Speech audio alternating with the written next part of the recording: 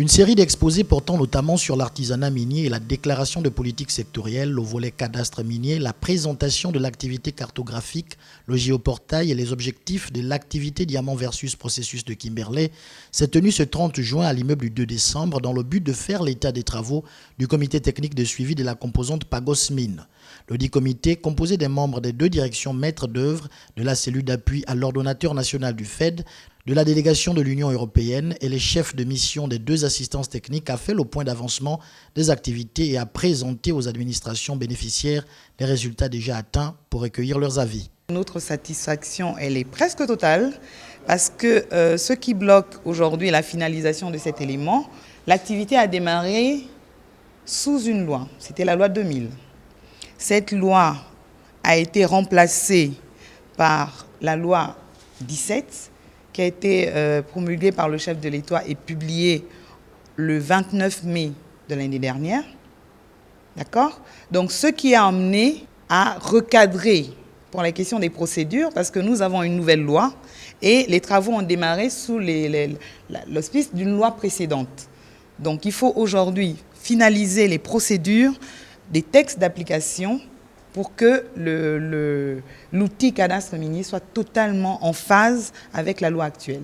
L'appui financier de l'Union européenne dans ce secteur mine est très important. Le démarrage du projet s'est fait avec quelques difficultés. Il fallait mettre en place les points focaux, les homologues, parce que vous l'avez compris, il y a plusieurs secteurs, plusieurs départements qui sont couverts par le projet.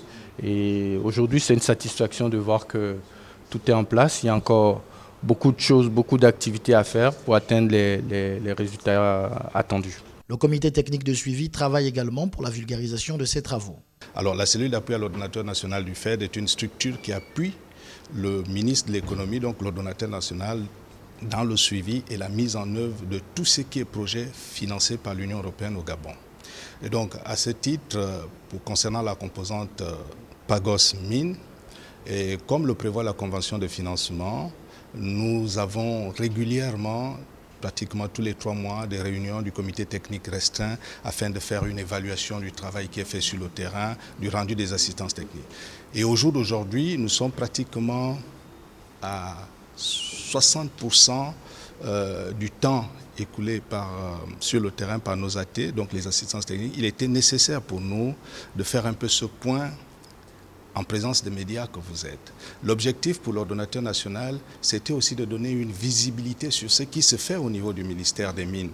Parce que tout le monde parle de composante mine, mais sans voir réellement ce qui se passe. Et je crois que vous serez ce relais-là du ministre de l'économie, donc de l'ordonnateur national, pour montrer ce qui se fait sur financement Union européenne au niveau.